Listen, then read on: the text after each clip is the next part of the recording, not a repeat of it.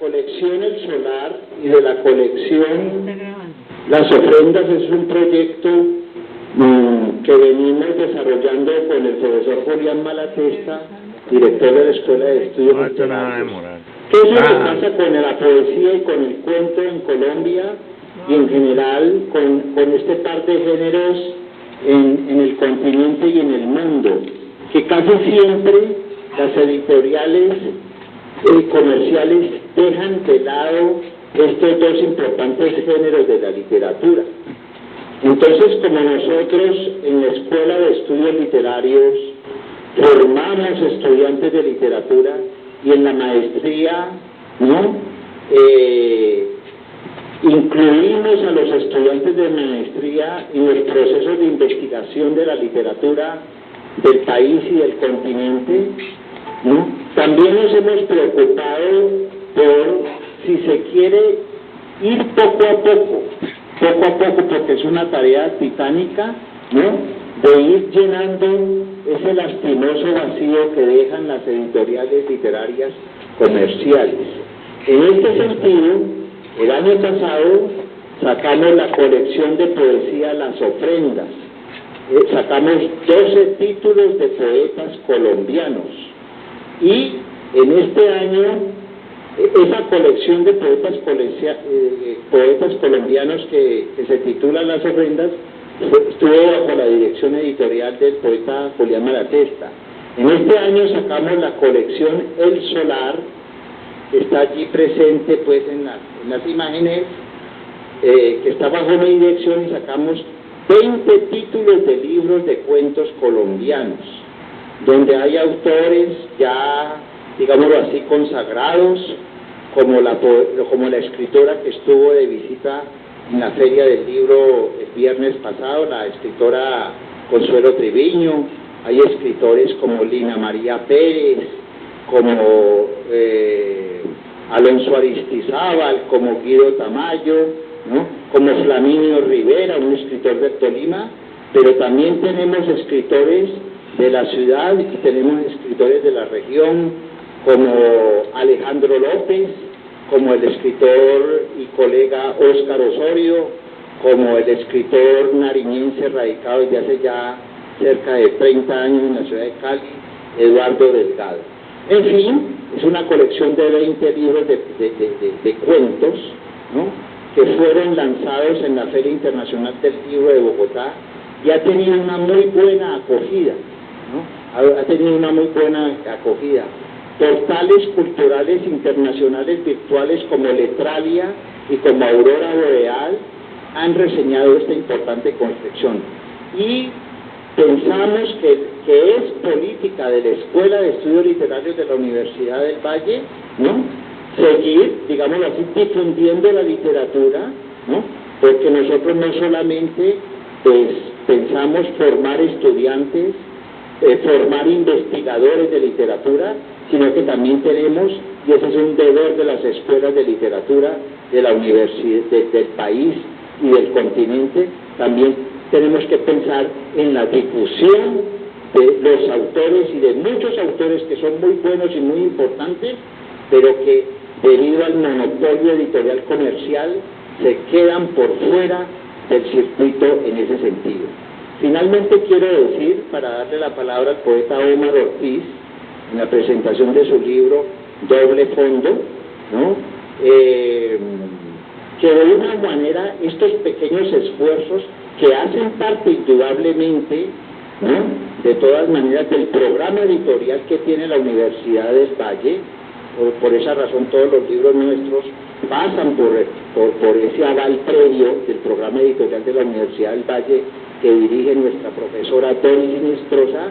De una u otra manera, esos libros, poco a poco, van de una u otra manera cambiando la visión del canon, que muchas veces imponen los medios, las reinas de belleza y las presentadoras de televisión. Bueno, con esto le paso la palabra al poeta Omar Ortiz, y los invitamos pues a la copa de vino después de eso, pero inmediatamente después de la copa de vino Viene un recital poético donde van a estar presentes los poetas Julián Malatesta, el poeta peruano Marco Martos, yo pensaba que era Joaquín Matos, pero no, es Marco Martos, ¿ya? Problemas del lenguaje, el poeta Omar Ortiz y nuestro querido poeta Juan Manuel Rojas. Gracias, buenas noches. Bueno, básicamente la presentación de Doble Fondo era una lectura que se había planeado con el poeta Antonio Cisneros, que por motivos de salud no pudo acompañarnos. Entonces, quien va a ser, digamos, las veces de Antonio, por su cercanía con el poeta, por el trabajo que hizo en este texto publicado por la Biblioteca Libanesa de Cultura, fue Juan Manuel. Entonces creo que él debe iniciar esta pequeña presentación. Buenas noches. Sí, esta es una colección que se hace en un municipio muy pequeño de Tolima, el Líbano, y se llama Doble Fondo. Es una antología compartida. Es la mitad del libro, un poeta de América Latina y otro poeta de Colombia, que también es América Latina, pero que no nos atrevemos a decir que los otros poetas sean extranjeros, porque esa es una palabra que en la poesía resulta bastante incómoda y sospechosa. Hemos publicado 5 libros.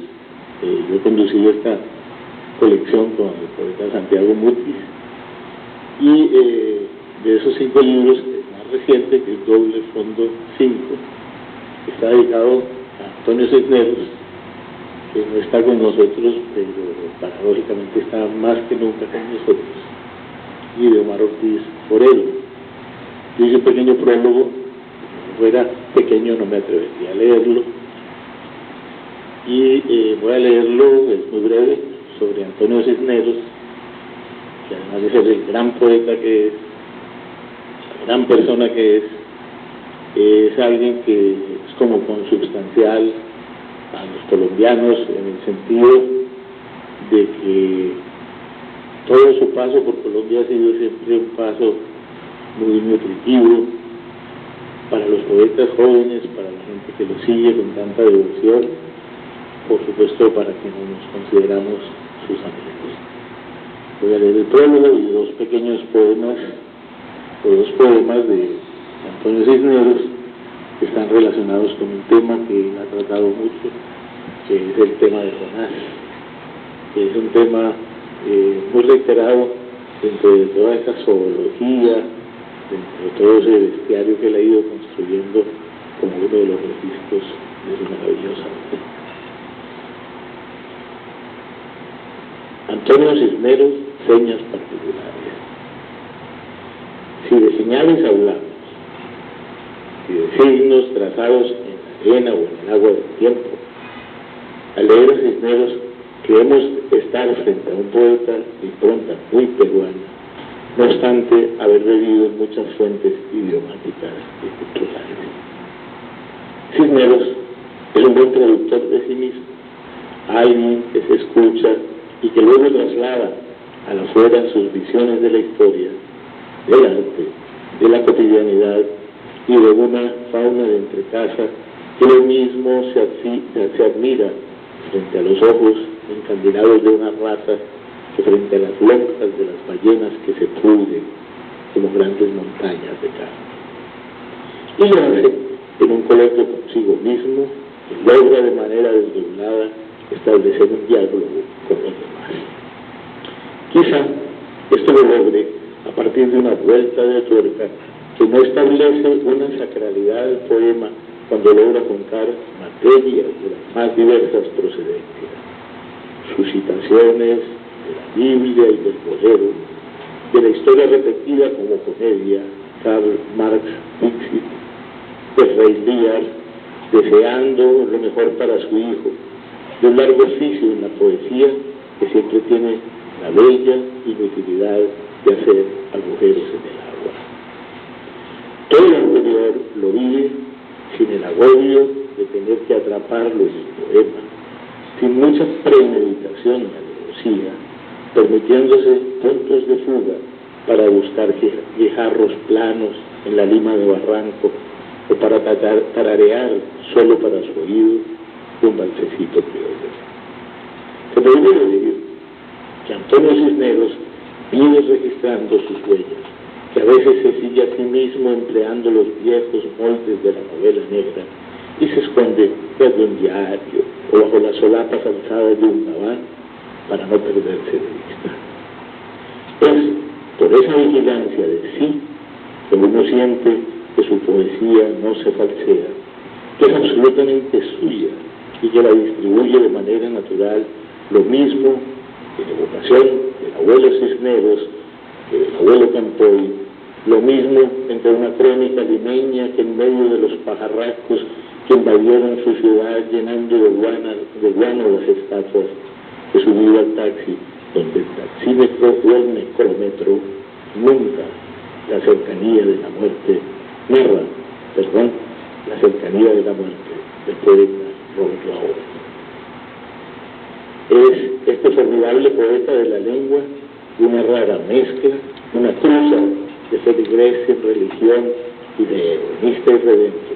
No obstante sus guiños católicos, a veces encubiertos por un humor certero y oblicuo debajo de un pedestal ostenta solemne.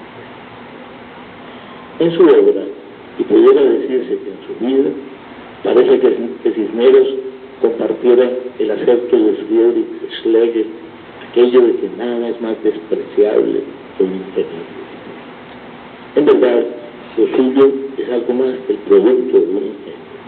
La forma como mezcla en una marmita secreta sus imágenes cotidianas y surreales no pocas veces, hace yunta entre una inteligencia aguda y el arrebato, entre aparatos verbales contenidos y sopesados y el rapto poético que le saca la lengua a la razón. Cisneros sabe, antes que nada, escuchar su voz, su propio canto de sirenas sin cubrirse de ceras los oídos. Como el poeta de hojas de himnos, entiende que la historia es el reverso del traje de los amos y que en un rango un tanto ácrata desmonta las heráldicas del pasado para atender el tramado de los hechos sin aparente dignidad histórica, como quien vive en el vientre de un cetáceo y lo asume como un hecho natural.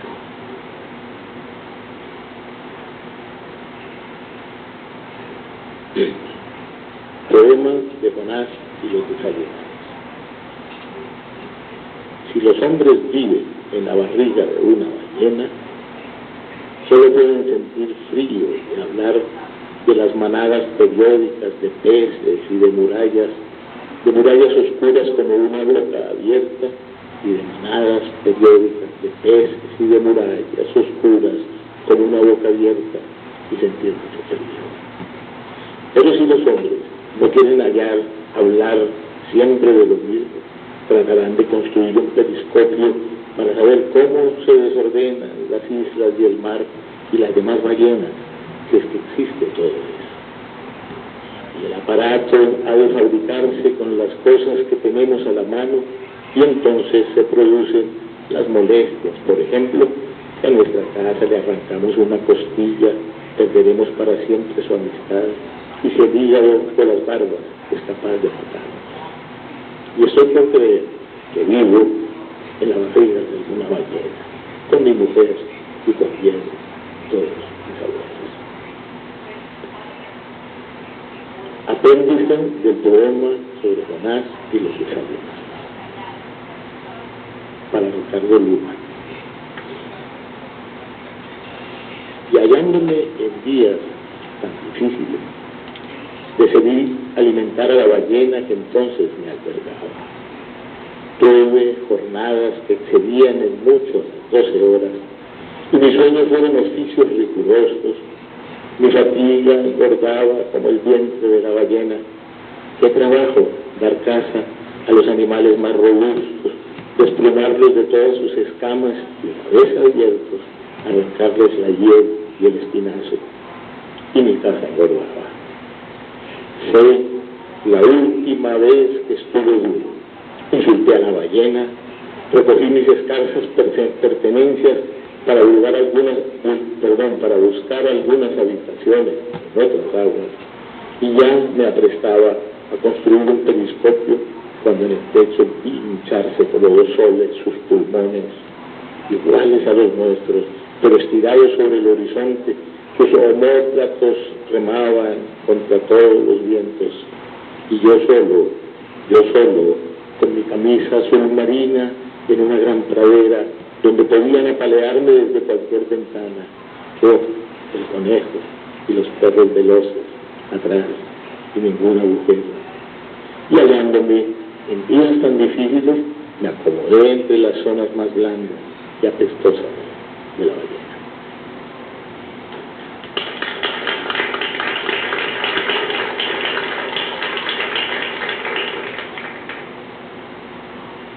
Bueno, para mí es un motivo de orgullo, de mucha alegría estar en esta antología con Antonio Cisneros, no solo porque lo que significa Cisneros por la poesía latinoamericana, la poesía en lengua española, en lengua castellana, sino porque de alguna manera me reivindica ese momento que estuve en el Perú en 1992, cuando Luis Lahoz me invitó a publicar un libro en su sello Poetas de los Lunes, un libro que se llama Un jardín para Milena, que tuvo su primera edición allá en Lima. Lo presentó en Barrancos el poeta Arturo Corcuera, en pleno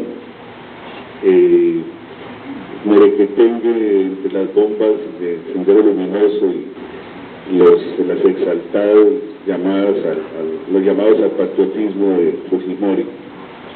Fue realmente un tiempo muy difícil, pero a la vez que me enseñó mucho, como todo lo que nos enseña esta patria latinoamericana en sus múltiples crisis, que nos va forjando cada vez con más recios y más responsables de lo que tenemos que hacer. Entonces, esa remembranza se me junta en esta antología que a bien tuvieron de hacer Juan Manuel y Santiago, y gracias al trabajo de Carlos Flaminio Rivera, quien dirige la Biblioteca Libanense de Cultura, que es una biblioteca que podría ser ejemplo de publicaciones en Colombia. Voy a leer 4 poemas que hacen parte de esta antología. Poema del Camposanto. Quien dice cementerio, dice cruces, claveles, azucenas, rezos de la abuela el día de las ánimas, luce abrigo gris, guantes de cabritilla, escarapela. Desde su frialdad de mármol, el padre Almanza engorda su palma de santo, permitiendo a piojos y chinches de sus devotas obtener un fácil alimento. Pobres animalitos de Dios. Luego de la oración a los difuntos, los vivos recuerdan el salón florido espumoso a chocolate. Unas buenas onces pueden ahorrar muchas lágrimas, dice el tío Indalecio, fijos los ojos en las pantorrillas de la mesera. Quien entierra a sus muertos debidamente debe olvidar las miserias de las casas de pompas, las visitas de pésame y esperar que la abuela se santigue.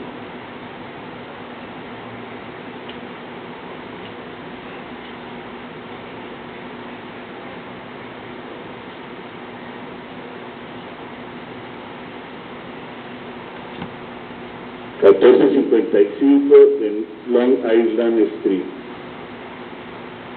En la mañana vi las chimeneas, 3 y enormes, pintadas de rojo y blanco, fosforescentes, crecían sobre el río.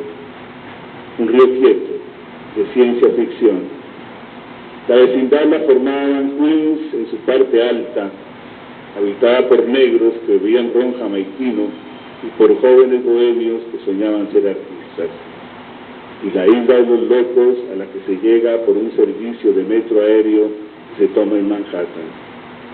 A decir verdad, no había más dementes que los usuales en una ciudad sometida a todos los miedos, pero los vecinos conservaban el nombre. Razón no les faltaba. No era el territorio de Whitman ni de Lorca, pero Miller estaba presente en los desarrapados que cantaban blues por los vagones del subte, empujando sin tregua un carro de supermercado. Algo de la carretera antes del desastre. Nadie concebía qué tan cerca estaba. Las chimeneas resultaron ser las propias de una estación termodinámica. Producía miles de kilovatios para la industria militar. Cínicos decían.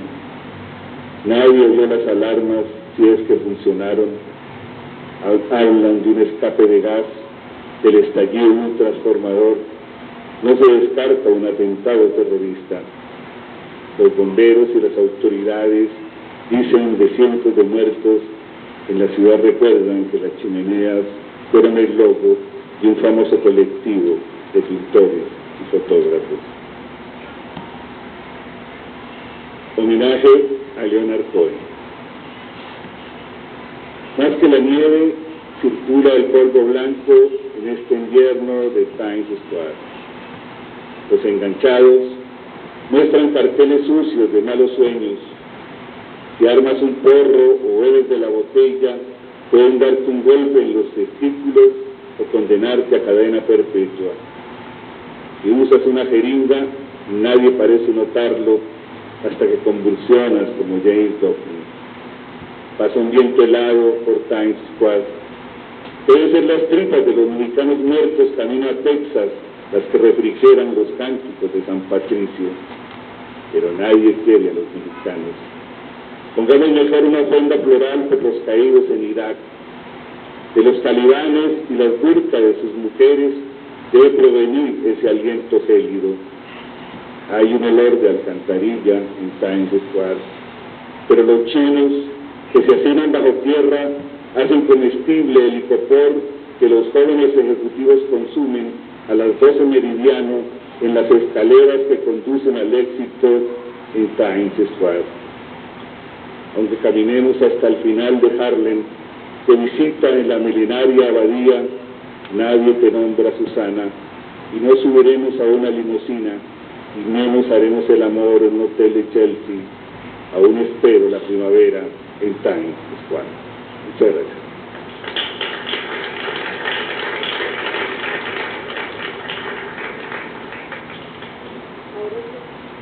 Podemos salir a tomar el químico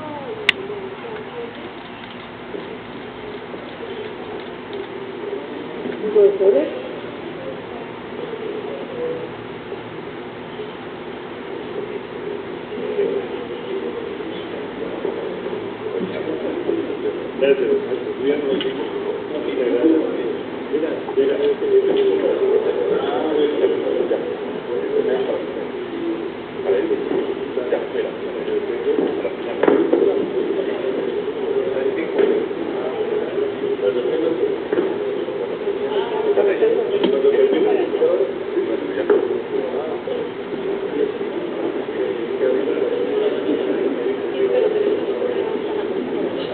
La tocamos para que se hace todo.